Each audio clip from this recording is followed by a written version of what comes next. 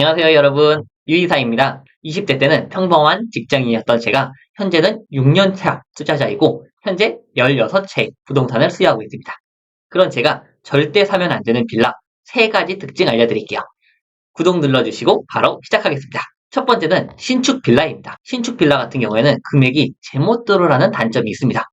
아파트 같은 경우에는 분양 대행사 그리고 시행사에서 엄청나게 철저한 주변 시장 조사를 거쳐가지고 분양가를 산정하고 너무 낮지도 너무 높지도 않게 딱 완판될 정도로만 가격을 무척이나 잘 형성시키는데, 빌라 같은 경우에는 개인 소상공인 아니면 영세한 건설업자분들이 진행을 하기 때문에 주변 시세보다 금액을 2배 혹은 1.5배 높여가지고 분양가를 산정을 합니다. 그렇게 되면은 우리가 그거를 분양받았을 때 아파트는 시세가 더 올라갈 가능성이 크지만 빌라 같은 경우에는 사는 순간부터 더 비싸게 사는 거기 때문에, 예를 들어 우리가 16년식 빌라가 시세가 2억이라고 해볼게요. 근데 신축 빌라를 우리가 3억 5천에 샀습니다. 그러면은 애초에 샀을 때부터 1억 5천을 비싸게 주고 산 거예요.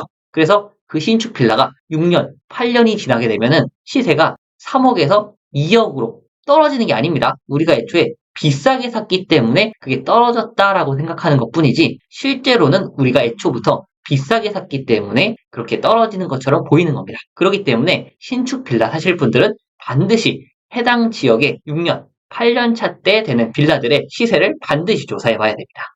지금 사는 그 신축 빌라가 6년 후에 그렇게 된다라고 보시면 될 것 같아요. 그렇기 때문에 신축 빌라 살 때는 가격 정말 조심하셔야 되고요. 두 번째는 근생 빌라입니다.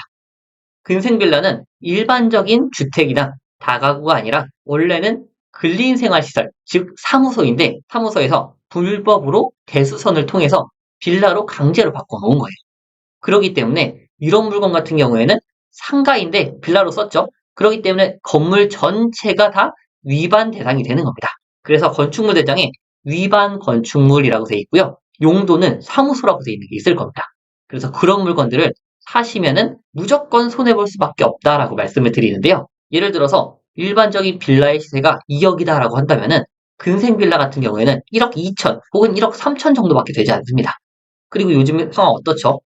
빌라도 안 그래도 잘 안 팔리는 판에 근생 빌라는 더더욱 안 팔리겠죠. 그러기 때문에 근생 빌라 같은 경우에는 애초에 정말 낮게 사시던지 아니면은 사시지 않으셔야 됩니다.